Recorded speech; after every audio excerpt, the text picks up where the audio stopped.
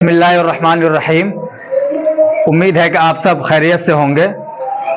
پچھلی ویڈیو میں نے آپ کو 100 سوالات دیے تھے اردو مضمون انٹر سبجیکٹ کا، اور یہاں پر پھر میں آپ کو 100 سوالات دے رہا ہوں۔ آپ ان 100 سوالوں کو یاد کرنے کے بعد ان 100 سوالوں کو یاد کیجئے۔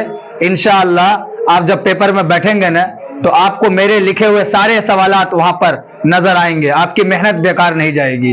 اور میں ابھی جہاں سے ویڈیو شوٹ کر رہا ہوں یہاں پہ کچھ بھجن وغیرہ ہو رہا ہے، تو ویڈیو میں تھوڑی بہت آواز آ رہی ہوگی، تو آپ سے درخواست ہے کہ آپ ویڈیو کو غور سے دیکھیں۔ آپ کے لیے یہ سوالات بہت ہی امپورٹنٹ ہے۔ تو چلیے شروع کرتے ہیں۔ سوال نمبر 101، وہ تحریری قصہ جسے ایک نشست میں پڑھ لیا جائے اسے کیا کہتے ہیں؟ تو اسے مختصر افسانہ کہتے ہیں۔ مختصر افسانہ۔ زندگی کی قاش کسے کہا جاتا ہے؟ سوال نمبر 102، زندگی کی قاش کسے کہا جاتا ہے؟ تو زندگی کی قاش مختصر افسانہ کو کہا جاتا ہے۔ اگلا سوال ہے، چاول پر قل ہو اللہ لکھنے کا فن کسے قرار دیا گیا ہے؟ چاول پر قل ہو اللہ لکھنے کا فن کسے قرار دیا گیا ہے؟ تو مختصر افسانے کو۔ مختصر افسانہ۔ یہ تینوں سوالات بہار بورڈ کے امتحان میں آتے ہی آتے ہیں۔ سوال نمبر 104، اردو میں سب سے پہلے مختصر افسانے کی داغ بیل کس نے ڈالی؟ تو اردو میں سب سے پہلے مختصر افسانے کی داغ بیل ڈالی تھی سجاد حیدر یلدرم۔ سجاد حیدر یلدرم۔ اگلا سوال ہے، توبہ ٹیک سنگھ کس کا مختصر افسانہ ہے؟ توبہ ٹیک سنگھ جو ہے یہ مختصر افسانہ ہے، یہ کس نے لکھا ہے؟ تو توبہ ٹیک سنگھ سعادت حسن منٹو کا ہے۔ سعادت حسن منٹو۔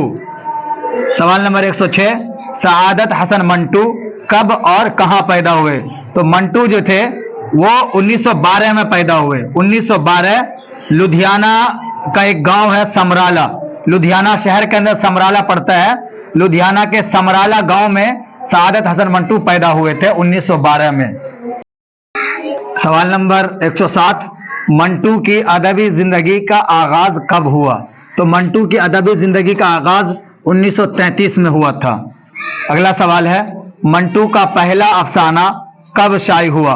تو منٹو کا پہلا افسانہ جو ہے وہ 1934 میں شائع ہوا تھا، اور اس کا عنوان تھا تماشا۔ تماشا کے عنوان سے 1934 میں پہلا افسانہ منٹو کا شائع ہوا تھا۔ اگلا سوال، منٹو اصلاً کیا تھے؟ تو سعادت حسن منٹو جو تھے وہ اصل میں افسانہ نگار تھے۔ افسانہ نگار۔ 110، سوال نمبر 110، منٹو کا پہلا افسانوی مجموعہ کون سا ہے؟ تو منٹو کا پہلا افسانوی مجموعہ جو ہے وہ ہے آتش پارے۔ آتش پارے۔ اگلا سوال، کس افسانہ نگار پر فحش گوئی کے الزام میں مقدمات چلے؟ یعنی کون سا افسانہ نگار ہے کہ جس پر فحش گوئی کے الزام میں مقدمہ چلا تھا؟ تو وہ ہے منٹو، سعادت حسن منٹو۔ منٹو کا انتقال کب اور کہاں ہوا؟ تو منٹو کا جو انتقال تھا وہ 1955 میں لاہور میں ہوا۔ 1955 لاہور۔ 1955 لاہور۔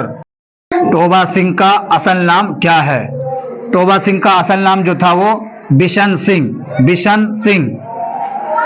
پرومس کس کا مختصر افسانہ ہے؟ پرومس ایک چیپٹر کا نام ہے اور یہ مختصر افسانہ ہے۔ تو پرومس جو ہے وہ کس کا مختصر افسانہ ہے؟ تو جیلانی بانو کا۔ جیلانی بانو۔ جیلانی بانو کی پیدائش کب اور کہاں ہوئی؟ جیلانی بانو کی پیدائش 1936 بدایوں میں ہوئی۔ سوال نمبر 115، 114، 113 یہ چھوٹ گیا تھا۔ تو جیلانی بانو کی پیدائش کب اور کہاں ہوئی؟ تو جیلانی بانو کی پیدائش جو ہے وہ 1936 بدایوں اتر پردیش میں ہوئی۔ نمبر 116، جیلانی بانو کے والد کا کیا نام ہے؟ تو جیلانی بانو کے والد کا نام ہے علامہ حیرت بدایونی۔ علامہ حیرت بدایونی۔ سوال نمبر 117، جیلانی بانو کی تعلیم کہاں تک ہے؟ تو جیلانی بانو کی تعلیم جو ہے ایم اے تک ہے۔ M A, master of arts. سوال نمبر 118، صبا بدایونی کے نام سے کون مشہور تھی؟ تو صبا بدایونی کے نام سے جیلانی بانو مشہور تھی۔ جیلانی بانو۔ سوال نمبر 119، جیلانی بانو کی شادی کس سے ہوئی تھی؟ تو جیلانی بانو کی شادی جو ہے वो डॉक्टर अनवर मुअज्जम से हुई, डॉक्टर अनवर मुअज्जम। सवाल नंबर 120, अफसाना प्रोमिस का मरकजी किरदार कौन है? प्रोमिस पता है, जिलानी बानो का अफसाना है, तो इसका मरकजी किरदार कौन है? तो अम्मू है, अम्मू। सवाल नंबर 121, कैंसर का मरज किसके सारे बदन में फैल गया था? तो अम्मू के बदन में। अम्मू जो है वो कैंसर की मरीजा थी, अम्मू। सवाल नंबर 122, अम्मू के चारों बेटे का नाम बताइए। तो अम्मू के 4 बेटे थे, उनके नाम ये हैं, जमशेद, खुर्शीद, रशीद, जमशेद, रशीद, खुर्शीद, हमीद।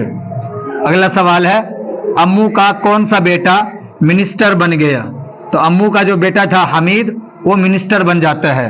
अगला सवाल है, भूले बिसरे गीत किसका मुख्तसर अफसाना है?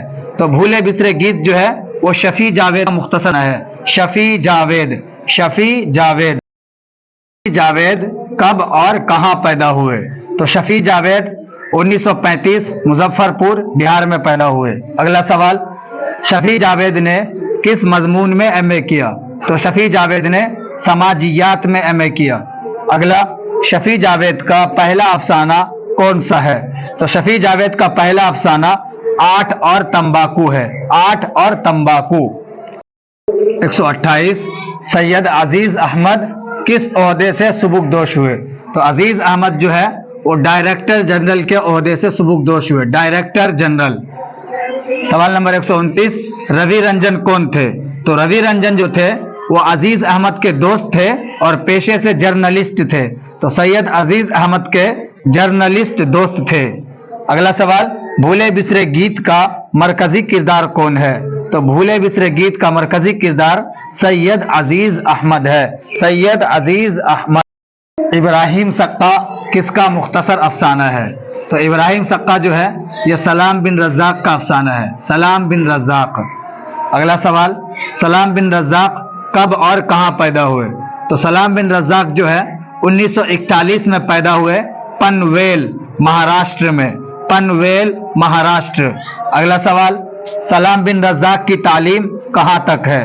तो सलाम बिन रज़ाक की जो तालीम थी वो diploma in education, diploma in education.